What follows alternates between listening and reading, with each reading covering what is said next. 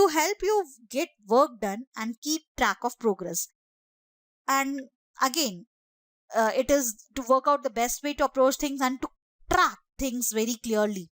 Because I have seen when I was on leave in certain projects, my project leaders have taken over. So in those cases, the things becomes chaotic, disorganized. So yes, you have issues to work out, you have certain things to work out, but it can happen that it's not yeah, technically you might be providing solution, but if you miss on these parts like communicating to the client, tracking, then definitely your project is going to be failed, because it it has a culminative effect, and your client won't understand what is happening. Then they start making noises, and also it becomes a point of escalation. You trust me, I have seen such projects where the project managers have planned very well, and they were executing, they were doing the work behind, back of the project. But since they have not communicated to the customer, it becomes a very big issues. I have seen such projects getting failure because customer felt that we are not updating them properly, so these comes. So what, again I'm stressing that as a expert project manager, first you need to understand why we need a plan in place, so that we can track it better and to communicate to the customer better, and to provide direction to the team. Because if you don't have a clarity, then definitely your team won't have the clarity. Sometimes planning is just as about the process as the eventual end result. Planning can be useful simply because it allows you to allocate time to really thinking about how the project will be achieved. And again, it is kind of lean principles that planning helps you to focus on the priority things and leave behind the non, because that's how day to day I usually sit with a plan on daily basis. Because it's important, there are projects I have handled where the client changes, they themselves are not clear, they change the requirements so quickly. So it becomes important to maintain the track. This process will help you understand your project better. You will have outlined the biggest chunk of work, you will understand what needs to be delivered, and you will note any dependency to play in the project. Likewise, a better understanding of the project will entail can it can help you identify the best approach of tackling it. Are you going to be able to give estimates because you have done similar projects in the past, or in this project as a whole world of unknown complexities are there? So again, it can happen that you have a plan, then all these comes into the picture first of all internally to you, because it can happen that you have dealt such projects before, so you can take the experience ahead and make those estimations and use those judgments.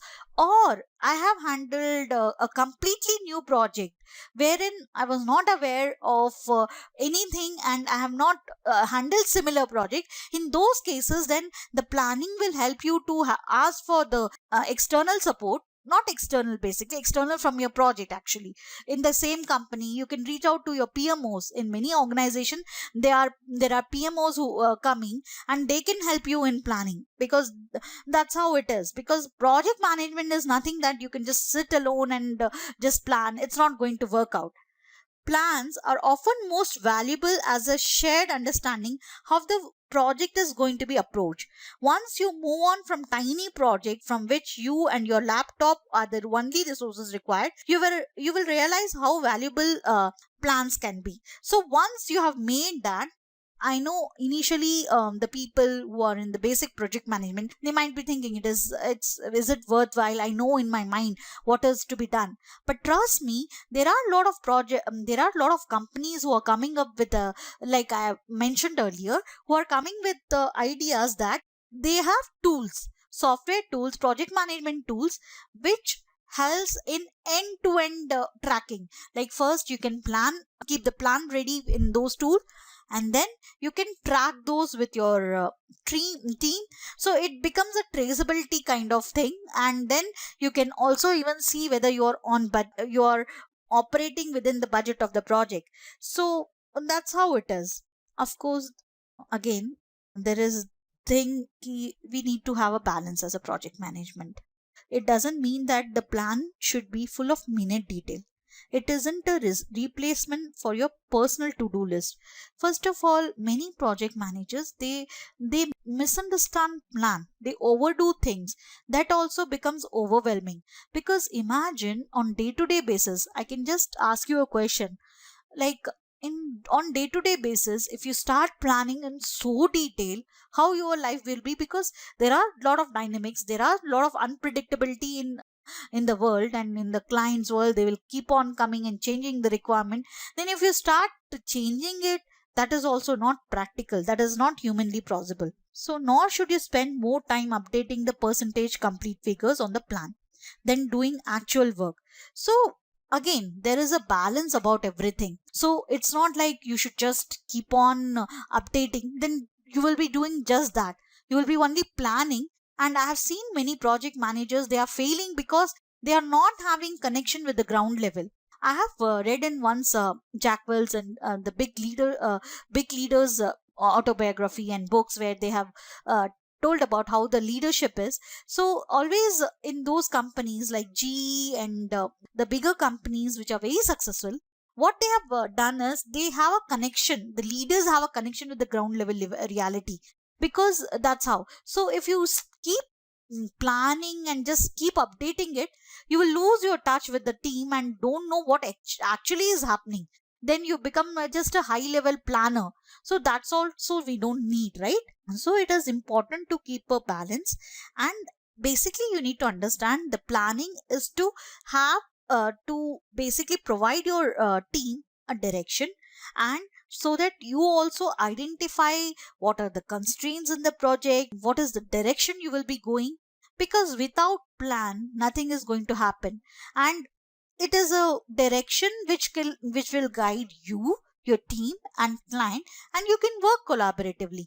I have seen projects wherein I have worked, because that's again a project manager's job. As an expert project manager, you need to talk to the client. I have done in many of my projects wherein I have asked that if this project is going to be successful, and especially in software projects, believe me, if we don't work it collaboratively, the project and product is going to fail.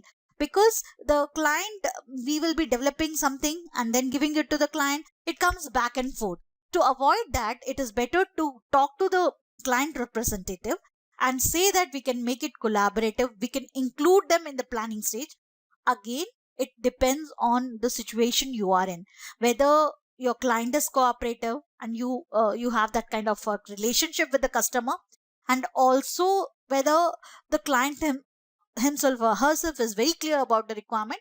So these dynamics depends upon the project, and that's where the expert project management comes in the picture, where you are going to sit and analyze that what kind of approach I have made a plan.